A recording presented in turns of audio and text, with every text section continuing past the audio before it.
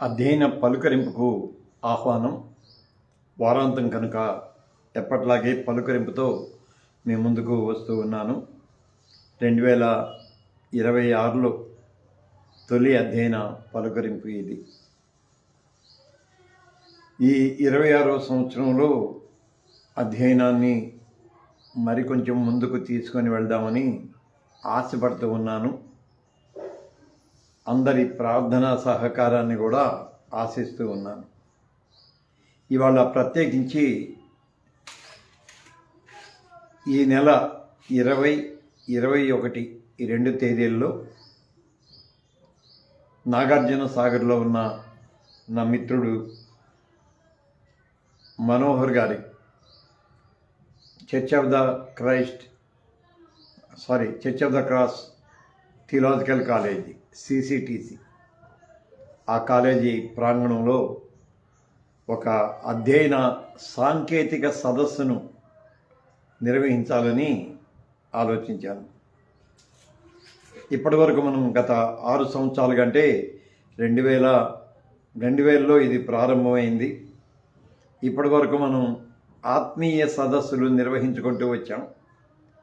ఆత్మీయ సదస్సుల్లో దేవజ్ఞానాన్ని మరింత నిశ్చితంగా లేక దేవజ్ఞాన అంశాలను మరింత నిశ్చితంగా మనం అధ్యయనం చేసుకుంటూ వచ్చాం. ఇప్పుడు దేవజ్ఞానాన్ని ఆధునిక సాంకేతిక పరిజ్ఞాన పోకడలతో ఎలాగూ మెరుగుపరుచుకోవాలి అనే అంశాన్ని ప్రధానంగా తీసుకొని మొట్టమొదటిసారిగా అధ్యయన సాంకేతిక సదస్సు, అధ్యయన ఆత్మీయ సదస్సే అదనంగా అధ్యయన సాంకేతిక సదస్సును మొదటిసారి ప్లాన్ చేయడం జరిగింది. లైవ్లోకి చేరువచ్చిన బిడ్డలకు ఆహ్వానాశీస్సులు అందిస్తున్నాను. బిడ్డ కవిత నిట్టల, రమేష్ డేవిడ్ నిట్ల అండ్ ఫ్యామిలీ, మిగిలిన వాళ్ళు జాయిన్ అవుతూ ఉంటారు. ఎందుకు సాంకేతిక పరిజ్ఞానాన్ని ప్రధానంగా పరిగణించాల్సి వస్తుందంటే, దీని ద్వారా సమీప భవిష్యత్తులో ఏర్పడనున్న హాని హాని అంటే అది పెద్ద మాట.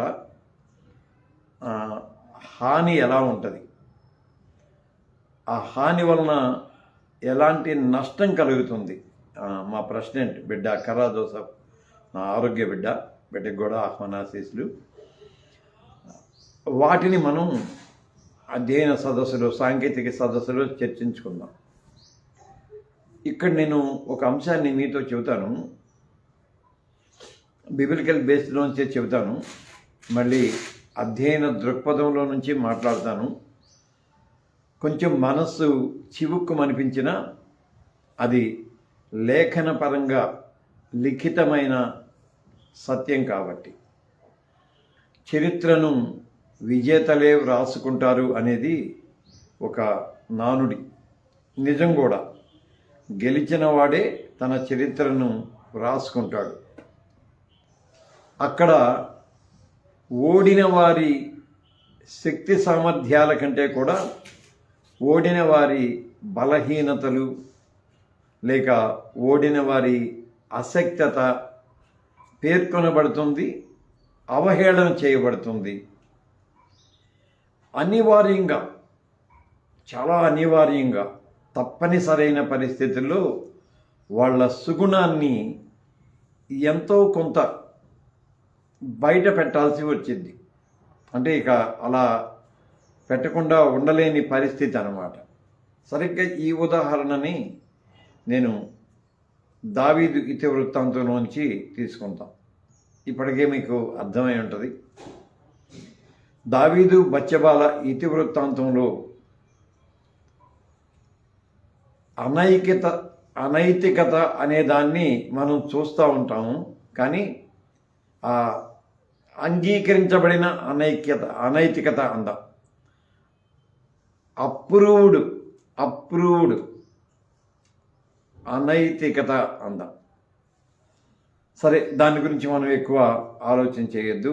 ఆ ఇతివృత్తాంతంలో నైతికతను నిలబెట్టుకున్న ఊరియా మనకు కనపడతాడు. జస్ట్ అలా కనపడి వెళ్ళిపోతాడు, జస్ట్ అలా కనపడి వెళ్ళిపోతాడు. కానీ ఒక నైతికతకు, ఒక నిబద్ధతకు అతను అలా కళ్ళ ముందు ప్రత్యక్షం అవుతూ ఉంటాడు. కానీ అతని చరిత్ర అంతవరకే తెలుసు. ఊరియా అంతే, ఊరియా అంతవరకే తెలుసు. ఇంకా అతని గురించిన పూర్వపరాలు కానీ చరిత్ర కానీ ఉండదు.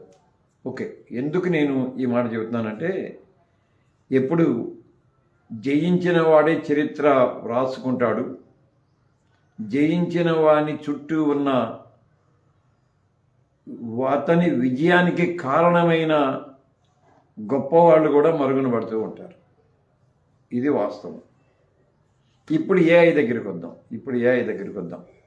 ఎందుకు ప్రత్యేకంగా ఎక్స్ప్లోరేషన్ విత్ ఏఐ అనే ఈ 2 రోజుల సదస్సు నిర్వహించాలని ఆశపడుతున్నానంటే, సమీప భవిష్యత్తులో, సమీప అనే దానికంటే కూడా అసలు తక్షణ భవిష్యత్తు అందాం. తక్షణ భవిష్యత్తులో కొన్ని జాతుల అందాం, లేకపోతే కొన్ని వర్గాల చరిత్ర కనుమరుగు కానుంది. అంటే చరిత్ర వాళ్ళు వ్రాసిన చరిత్ర ఉంటుంది. కొందరి మనోభావాలు, సంస్కృతి, సంప్రదాయము, భావోద్వేగాలు, వాళ్ళ పోరాటాలు, వాళ్ళ జీవన విధానాలు కనుమరుగైపోయే పరిస్థితి ఏర్పడింది. జస్ట్ నేను ఒక విషయాన్ని జ్ఞాపకానికి తెస్తాను. 2023లో ఏఐ పరిచయం అయింది, అంటే ఆవిష్కరించబడింది. కానీ 2024 చివరికి కానీ మనకు అందుబాటులోకి రాలేదు. సరే, ఇంకా ముందే ఎవరికైనా అందుబాటులో వచ్చిందేమో, ఐ డోంట్ నో. నాకు 2024 చివరిలో జస్ట్ దాన్ని వినియోగించటం ప్రారంభించాను. 2025 చివరికి వచ్చేసరికి, అంటే 2 ఏళ్ల వ్యవధిలో ఏఐ ఒక సామాన్యుడి జీవితంలో కూడా ఎలా చొచ్చుకొని వచ్చిందో ఇవాళ మనం చూస్తూ ఉన్నాం.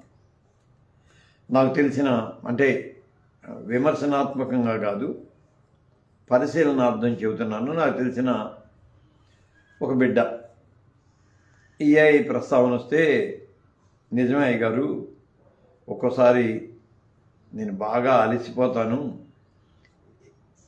ఎక్కడికెక్కడికో వెళ్ళి వస్తాను, రాత్రి వచ్చేసరికి 4-5 అలా అవుతుంది, ఉదయం 9ంటికి ఆరాధనకి వెళ్ళాలి, ఒక్కోసారి సిద్ధపడలేని పరిస్థితి, వెంటనే గ్రోక్ను, చాట్‌జీపీటీను ఇవాళ నాకు ఒక మంచి ప్రసంగాన్ని అందించమంటే చక్కగా అందిస్తుంది, నేను దాన్ని కొన్నిసార్లు చదువుకొని దాన్ని చెబుతాను అని నాతో స్వయంగా చెప్పిన బిడ్డ ఉన్నాడు. అంటే నేను ఆ బిడ్డనేమంటలా, ఏఐ ఎలాగూ మన జీవితాలలోనికి చొచ్చుకొని వచ్చింది అది నేను చెబుతుంది. నేనైతే నిత్యం వాడతాను, ఉన్నమాట చెబుతున్నాను కదా, నిత్యం వాడతాను. నేను నిత్యం వాడతాం అంటే అధ్యయనానికి చాలా ఉపయుక్తంగా ఉంటుంది. నేను చరిత్ర తెలుసుకోవటానికి, కల్చర్ తెలుసుకోవటానికి, మళ్ళీ పెద్ద పెద్ద దేవజ్ఞుల అభిప్రాయాలను గ్రహించడానికి ఈజీగా ఉంటుంది. అంటే ఈజీ యాక్సెస్. సో దానికి ఎంత కష్టపడాలో అది వేరే సంగతి. అనేక ప్రశ్నలు వేస్తూ రావాలి. నేను దాని మీద ఆధారపడ్డాను. కానీ ఇప్పుడు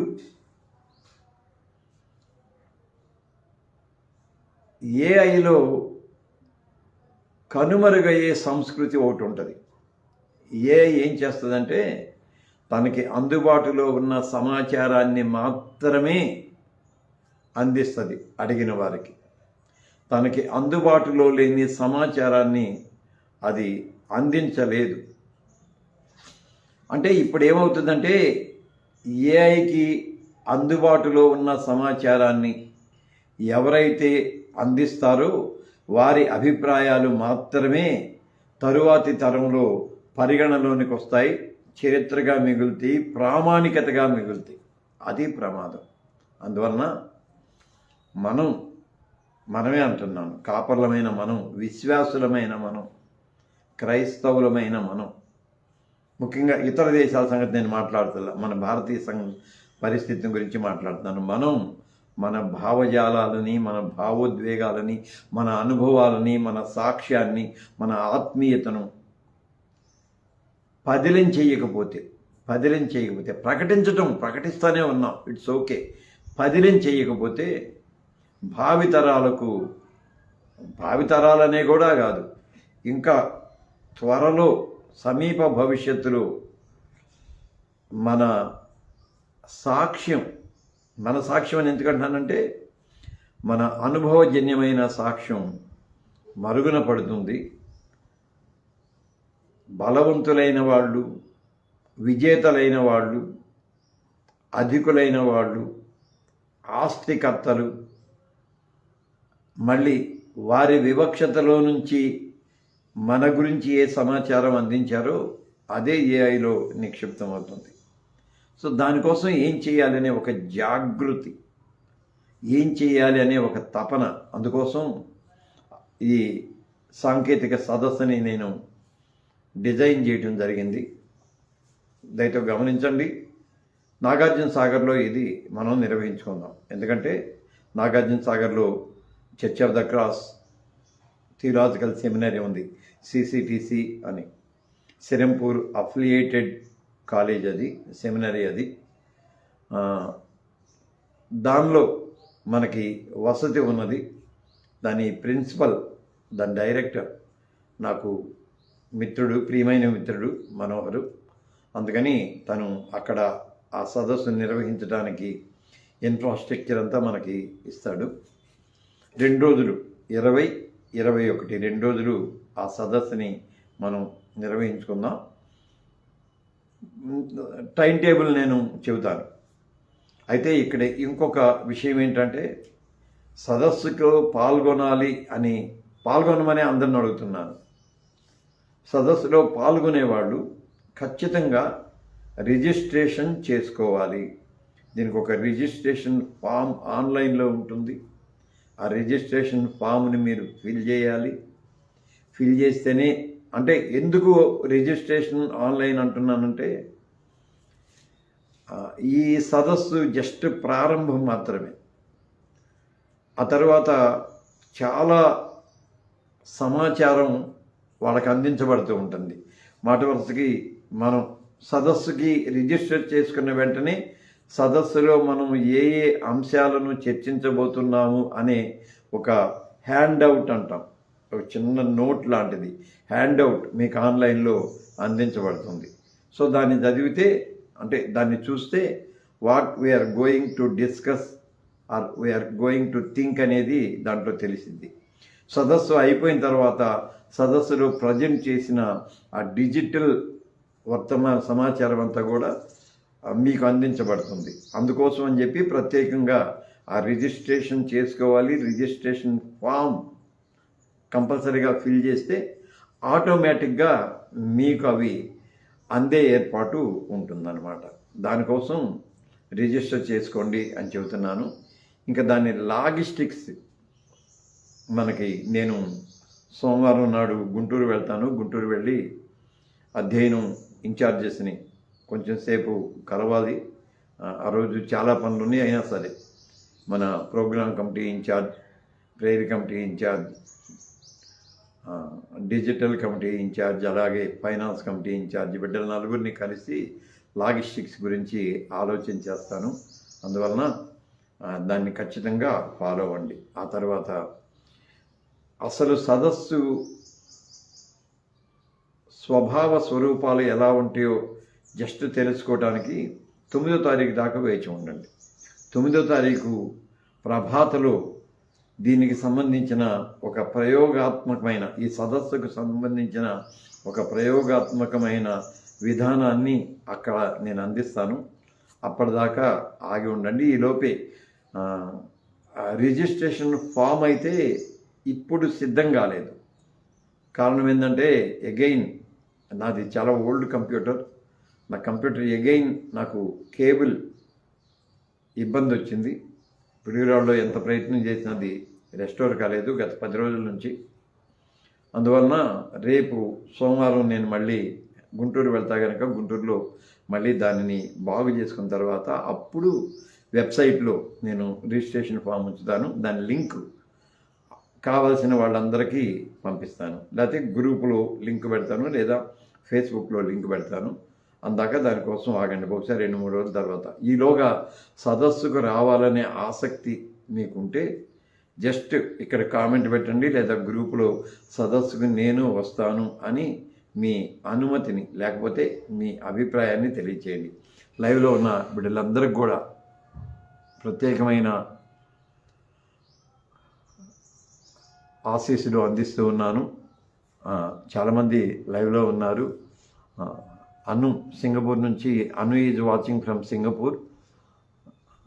ననా happy new year, may God bless you all the year తల్లి.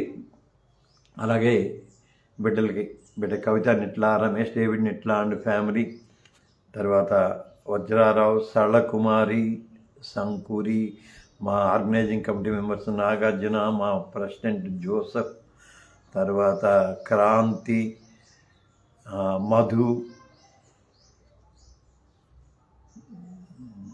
ఇంకా కొన్ని డీపీలు నాకు అర్థం కావట్లేదు. అందరికీ హృదయపూర్వకమైన వందనాశీస్సులు చెల్లిస్తున్నాను.